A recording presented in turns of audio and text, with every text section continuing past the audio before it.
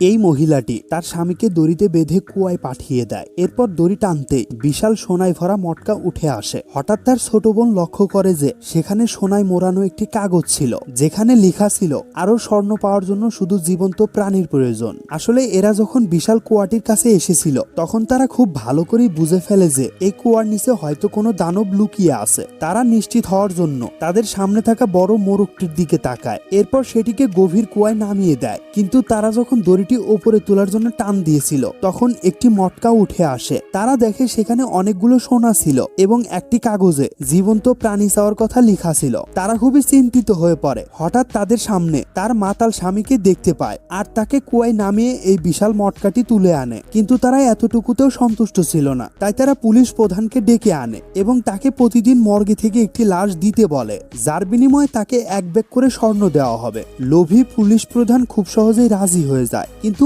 একদিন সন্দেহ করে পুলিশ প্রধান তাদের ঘরে ঢোকে এবং সে অনেকগুলো স্বর্ণ খুঁজে পায়। কিন্তু এরপরে ভয়ানক কিছু ঘটে যায়। এই ভিডিওটির পার্ট 2 দেখার জন্য একটি লাইক দিয়ে কমেন্ট করে জানাতে পারো।